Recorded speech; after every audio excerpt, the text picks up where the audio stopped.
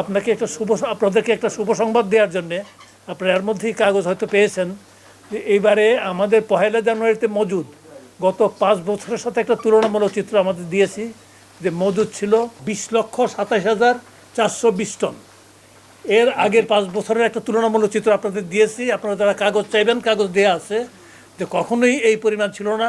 এর আগে সর্বোচ্চ 2022 সনে ছিল 18,81,000, 23 সনে ছিল 18,02,000, 2021 সনে ছিল 7,26,000, 24 সনে ছিল 15,52,000, 25 সনে ছিল 11,88,000, আর 20 সনে আল্লাহর রহমতে আমাদের সকলের প্রচেষ্টায় এটা এসে দাঁড়াইছে 20,27,420 মেট্রিক টন।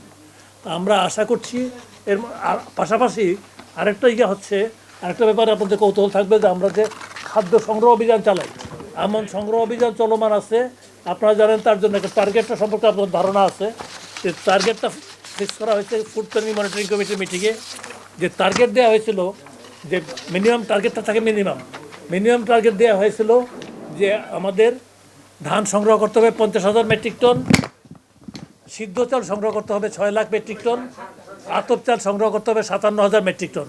সেক্ষেত্রে আমরা এর মধ্যেই কিন্তু টার্গেট অতিক্রম করেছি। ধান করেছি 1,31,000 মেট্রিক টন, সিদ্ধ চাল করেছি 7,32,000 মেট্রিক টন, আতপ চাল করেছি 57,596 মেট্রিক টন। তো এই তথ্যগুলি আপনাদের জানানোর অর্থ হচ্ছে যে আল্লাহর রহমতে আমাদের খাদ্য পরিস্থিতি সন্তোষজনক।